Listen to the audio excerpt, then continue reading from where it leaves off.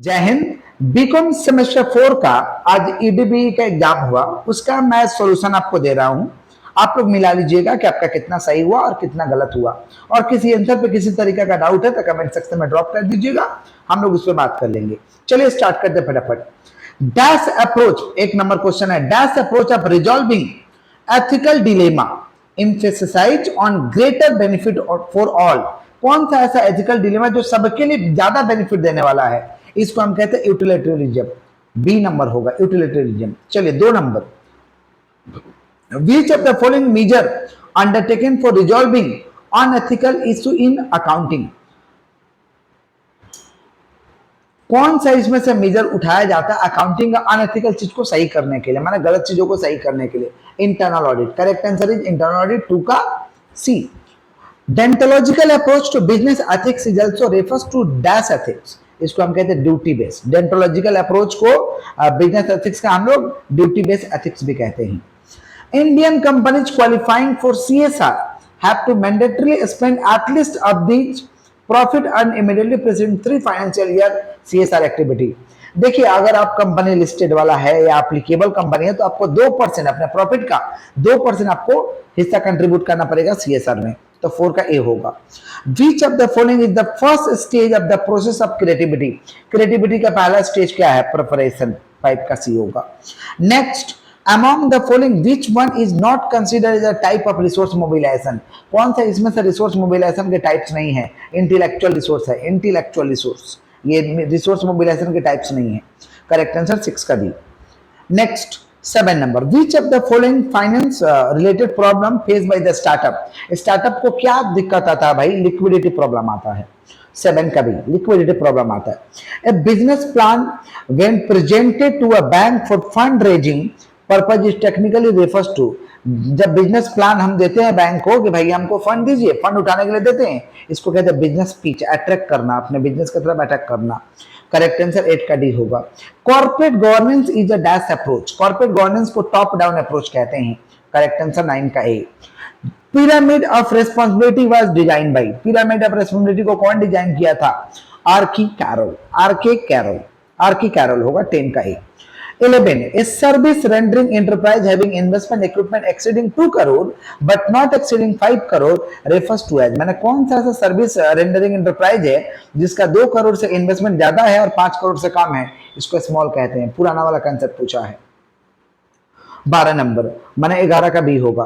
Dash is a formal form with in the family where the member present and discuss opinion of important business related issue. कहां पे family के लोग एक साथ बैठते हैं और इंपॉर्टेंट बिजनेस रिलेटेड इशू को डिस्कस करते हैं? करेक्ट आंसर होगा फैमिली काउंसिल। 12 का A. The term entrepreneurship is derived from French word entrepreneur. इसका मतलब क्या होता है भाई? To undertake. 13 का बी होगा।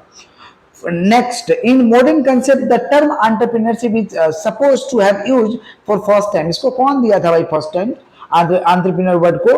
14 का बी होगा Richard Cantillon. 15, dash is a technique use by company and it's financial manager manipulate financial statement. कौन सा टेक्निक है जहां पे फाइनेंशियल मैनेजर फाइनेंशियल स्टेटमेंट को मैनिपुलेट कर रहा है, गलत दे रहा है, माने है कुछ और दिखा कुछ और रहा है? इसको कहते हैं विंडो ड्रेसिंग। 15 का सी होगा window dressing. 16, which of the following is not an unethical marketing practices relating to pricing? भाई कौन सा इसमें से related to pricing unethical marketing practices नहीं है? 16 का डी होगा inadequate warranties. Next, ethics is simply the study of. Ethics को क्या कहते हैं? ये सिंपली स्टडी है क्या चीज का? बिहेवियर का। करेक्ट आंसर 17 का है। Next, dash is concern preliminary with the significance of ethical judgement and aims to comprehend the natural ethical properties statement attitude. कौन सा ऐसा एथिक्स है जो सब चीज को एक्सप्लेन करता है, माने हर चीज को एक्सप्लेन करता है? करेक्ट आंसर होगा आपका 18 का से descriptive ethics. Next, in the context of entrepreneurship stimulation. Stimulation माने क्या करना भाई? इनकरेजमेंट करना, इनकरेजमेंट करना, प्रोत्साहित करना। 19 का डी होगा। 20, dash refers to the process which provide a nurturing, informative and resource environment entrepreneur during the critical stage. Critical stage में कौन आपको हर तरीका से हर संभव मदद करता है? Business incubation. 20 का सी। चलिए नेक्स्ट आगे बढ़ते हैं। ग्रुप बी में आ गए हैं। On the basis of level of dilemma, ethical dilemma में भी क्लासिफाइड, एथिकल डिलेमा को कितने प्रकार भागों में क्लासिफाई किए हैं? करेक्ट आंसर होगा वन का सी, पर्सनल और बिजनेस, पर्सनल और business. 2 number, identify the correct sequence in process of resolution of ethical dilemma, ethical dilemma को सही करने का करेक्ट सीक्वेंस क्या है? करेक्ट आंसर 2 का सी होगा, analyse action, analyse consequences, make decision, 2 का C. Next, which of the following is not a way of management to reduce unethical behaviour, माने हमारे मैनेजमेंट का अनएथिकल बिहेवियर को रिड्यूस करने का इसमें से कौन सा तरीका नहीं है? करेक्ट आंसर होगा 3 का डी, 3 का डी, मॉनिटर एम्प्लॉय टेलीफोन, किसी के टेलीफोन कॉल को मॉनिटर करिएगा तो आपका मैनेजमेंट सही नहीं हो जाएगा, इसमें से तरीका नहीं है, डी नंबर।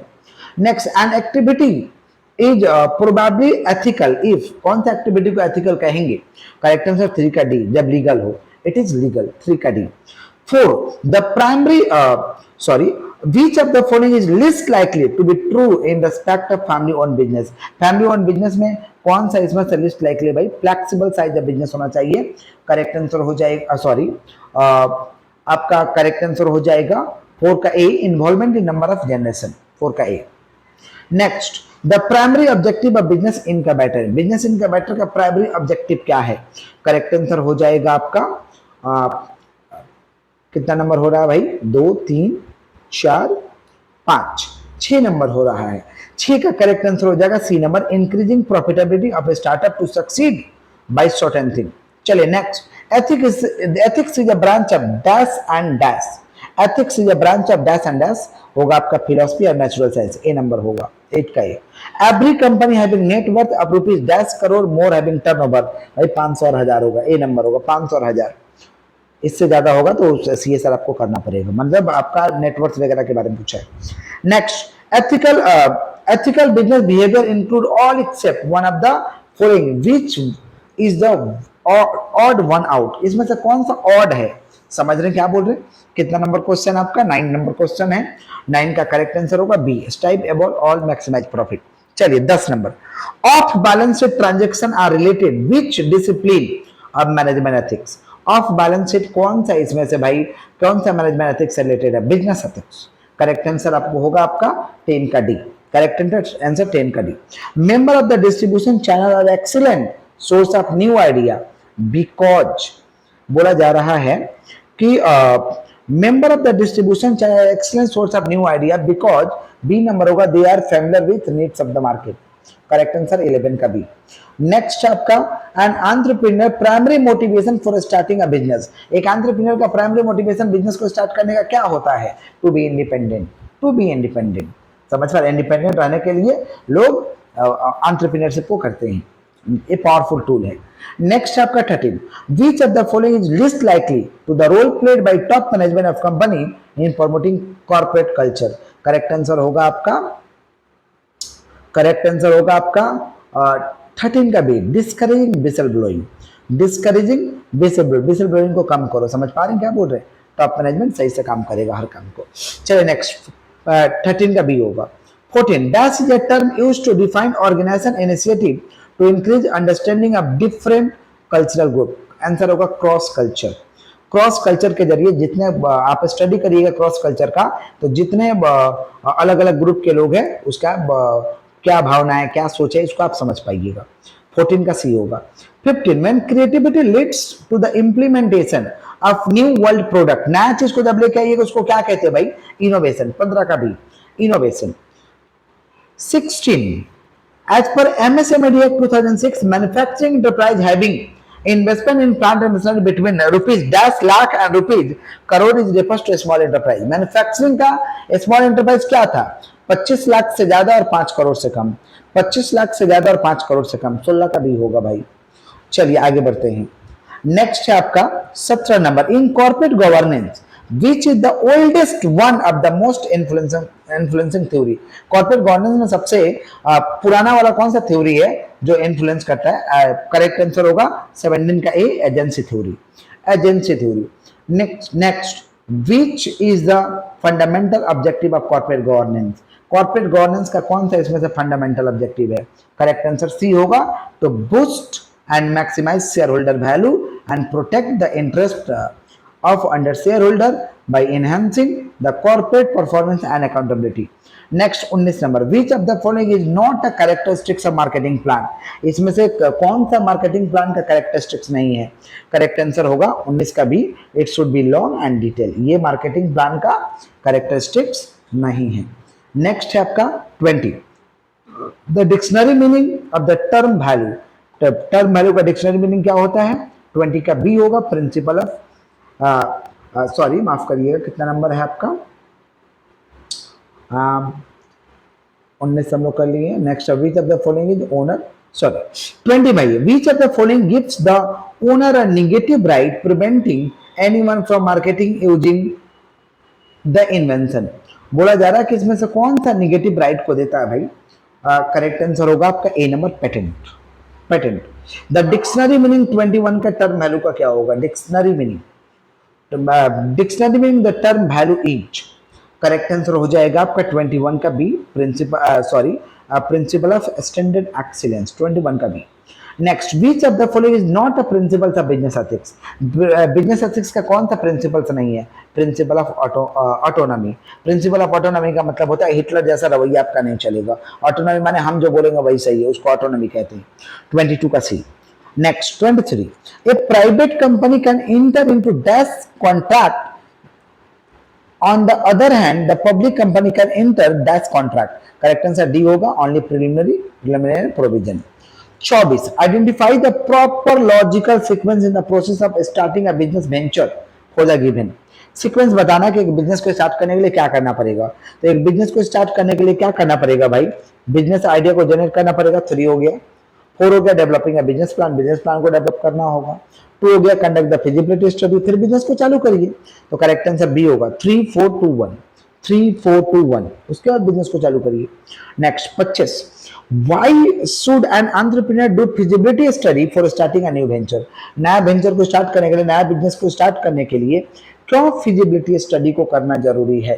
करेक्ट आंसर होगा आपका B number, to see their possible barrier to success. देखना होगा कि भाई क्या क्या हमारे बाधाएं आ जाएगा सक्सेस को करने में, इसीलिए फिजिबिलिटी स्टडी कर लो। काम करने से पहले चेक कर लो ताकि हमें क्या क्या फ्यूचर में बाधा आ सकता है वो उसका जानकारी प्राप्त हो सके।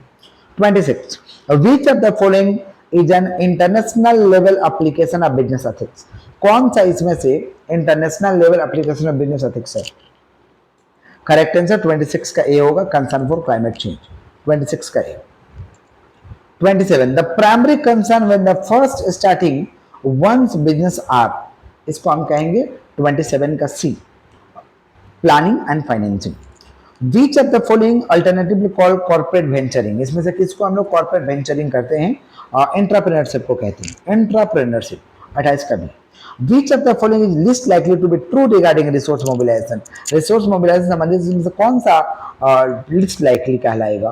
करेक्ट आंसर होगा 29 का C, to terminate relationship with resource partner. Special economic zone are area. Special economic zone कैसा एरिया होता है? जहां का unique economic rules regulation and law होता है। करेक्ट आंसर 30 का है, करेक्ट आंसर 30 का है।